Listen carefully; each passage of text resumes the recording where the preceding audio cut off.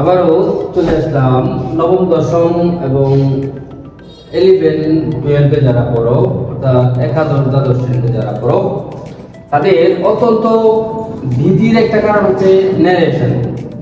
তো ন্যারেশন সম্পর্কিত একটা ক্লাস আজকে আমরা করব, এবং এটা ফুল কোনো ক্লাস না, শুধুমাত্র এটা ইন্ট্রোডাকশন।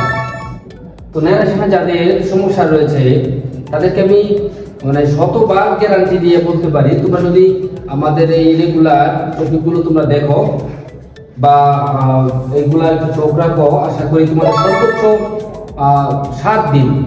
সর্বোচ্চ 7 দিনের মধ্যে তোমরা প্যাসেজ ন্যারেশন পর্যন্ত পারবা। যাদের ন্যারেশনের ভীতি রয়েছে, যারা ন্যারেশন করতে পারো না, ভয় পাও, পরিবর্তন কিভাবে করবা এটা বোঝো না, বা কি কি পরিবর্তন হবে এটা তোমরা জানো না, তাদের জন্য আজকের এই ভিডিওটা। তো আমরা ন্যারেশন করতে গেলে অনেক ক্ষেত্রে অনেক শিক্ষক বা বইয়ের মধ্যে অনেক ব্রডলি বলা আছে, বা অনেক শিক্ষকরা অনেকভাবে লম্বাভাবে অনেক কিছু মুখস্থ করায় তোমাদেরকে, অনেক প্রক্রিয়া দেখানোর চেষ্টা করে, কিন্তু না, আমি এত প্রক্রিয়া তোমাদেরকে দেখাবো না।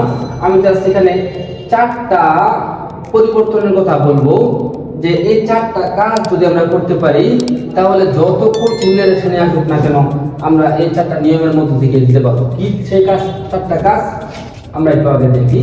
যে আমরা জানি যে ন্যারেশন বা উক্তি বা বক্তব্য দুই প্রকার, হচ্ছে ডিরেক্ট ন্যারেশন আর হচ্ছে ইনডিরেক্ট ন্যারেশন। ডিরেক্ট মানে হচ্ছে প্রত্যক্ষ, আর ইনডিরেক্ট মানে হচ্ছে পরোক্ষ।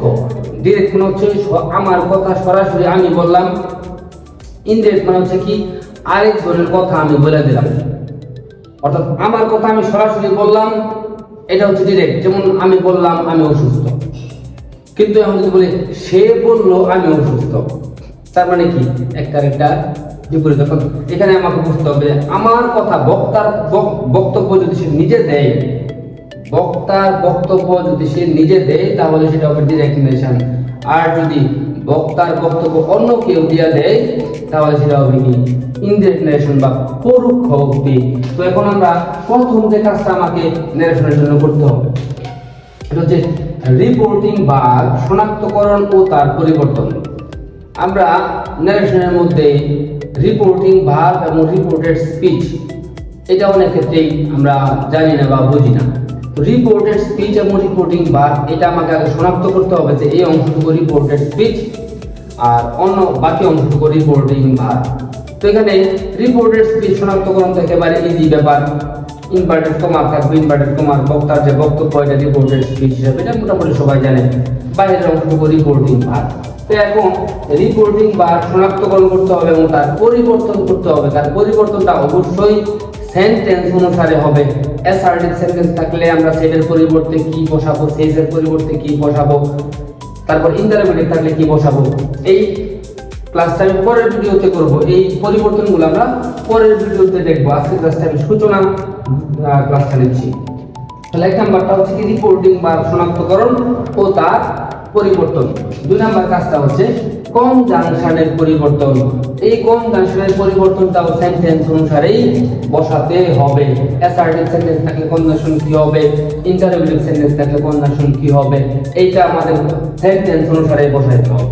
তারপরে 3 নাম্বারটা হচ্ছে প্রোনাউনের পরিবর্তন।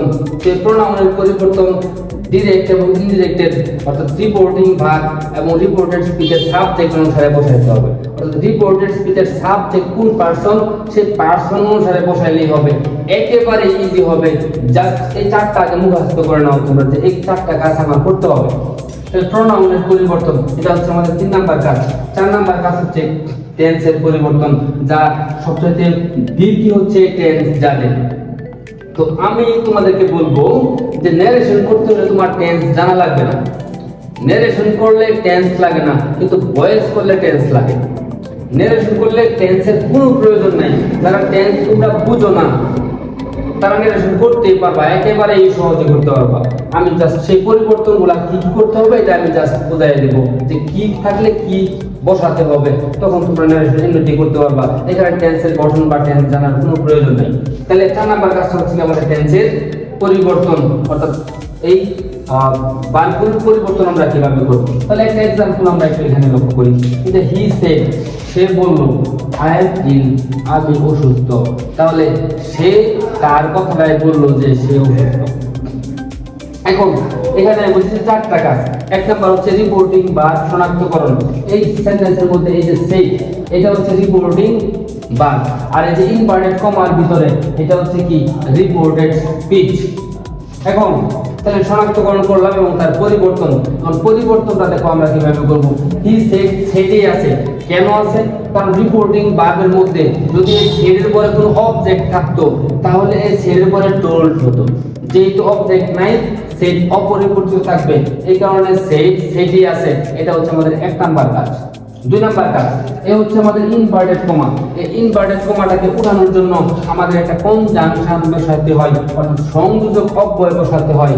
এটা সেন্টেন্স অনুসারে এই রিপোর্টেড স্পিচের অংশটা হচ্ছে আমাদের অ্যাসার্টিভ সেন্টেন্স, আর অ্যাসার্টিভ সেন্টেন্স তাকে কনজাংশন হয় দ্যাট। এটা হলো আমার দুই নাম্বার কাজ। তিন নাম্বার কাজ হচ্ছে এই যে প্রোনাউনের পরিবর্তন, অর্থাৎ রিপোর্টেড স্পিচের সাবজেক্টের মধ্যে যে প্রোনাউন থাকে সেই প্রোনাউন পরিবর্তন। এটা আমরা কিভাবে করব আমরা পরবর্তী ক্লাসে দেখব। তো এখানে সাবজেক্ট কিন্তু ফার্স্ট পারসন আছে, ফার্স্ট পারসন থাকলে রিপোর্টেড স্পিচের সাবজেক্ট ফার্স্ট পারসন থাকলে রিপোর্টিং ভার্বের সাবজেক্টকে বোঝায়। অর্থাৎ এখানে আই মানে হচ্ছে কি হি, এই কারণে আমরা বসাইলাম হি। এটা হচ্ছে আমাদের তিন নাম্বার কাজ, প্রোনাউনের পরিবর্তন। চার নাম্বার কাজ হচ্ছে টেন্সের পরিবর্তন। এখানে আছে কি এম, এম ইজার থাকলে হয় ওয়াজ, ওয়্যার। সুতরাং আমরা বসাইলাম এখানে যে এম, এম এর পরিবর্তন বসাইলাম ওয়াজ, পরে যা আছে তুমি তা বসাই দিলাম।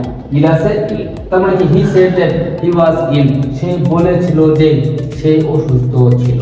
তাহলে 1 2 3 4 ঠিক ধারাবাহিকভাবে এইরকম ভাবে প্রত্যেকটা সেন্টেন্সের মধ্যে চারটা কাজ করলে কি হবে আমাদের নারেশন কমপ্লিট হবে। তাহলে এক নাম্বার কাজ রিপোর্টিং বা শনাক্তকরণ এবং তার পরিবর্তন করতে হবে। দুই নাম্বার কাজ কনজাংশনের পরিবর্তন। তিন নাম্বার কাজ প্রোনাউনের পরিবর্তন। চার নাম্বার কাজ হচ্ছে টেন্সের পরিবর্তন। এই চারটা কাজ ধারাবাহিকভাবে করলে যত বড় প্যাসেজ নারেশনে থাকুক না কেন প্যাসেজ নারেশন তুমি পারবে। ঠিক আছে, তাহলে আজকে আমাদের সূচনা ক্লাসটি এই পর্যন্তই। পরবর্তী ভিডিওটি দেখার জন্য আমন্ত্রণ জানিয়ে আজকে ভিডিও শেষ করলাম। ধন্যবাদ সবাই।